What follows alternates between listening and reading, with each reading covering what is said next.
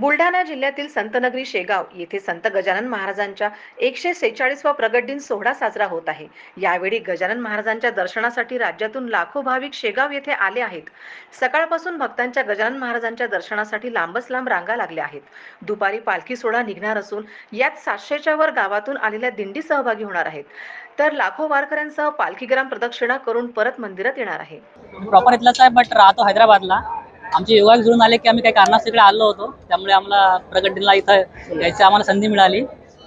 माझी पूर्ण फॅमिली आहे। काय नेमकी भावना आहे आज? आज नेमकं म्हणजे सांगायचं झालं तर हा काही फर्स्ट टाइम नाही आहे खरं तर आमच्या प्रगट दिनासाठी, बट बऱ्याच वर्षी आम्ही इथं येऊन गेलो आहे। पण आज म्हणजे खरं तर सांगायचं झालं तर बाकी ठिकाणी आम्ही बरेचसे देवस्थान फिरलो आहे, पण इथं आल्यानंतर जी मला प्रसन्नता मिळते ती कुठंच नाही आहे।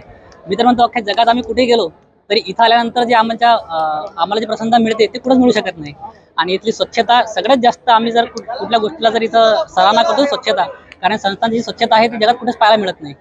गजानन चरणी काय मागणी मागितली? मागणं मी सांगू शकत नाही, ते तर बस माझ्या मनात आहे, बट मी मनातून अशी इच्छा व्यक्त करतो की ती, आणि मला खात्री आहे की 100% ते मागणं पूर्ण होईलच, कारण की आमची तेवढी आस्था आहे देवावरती।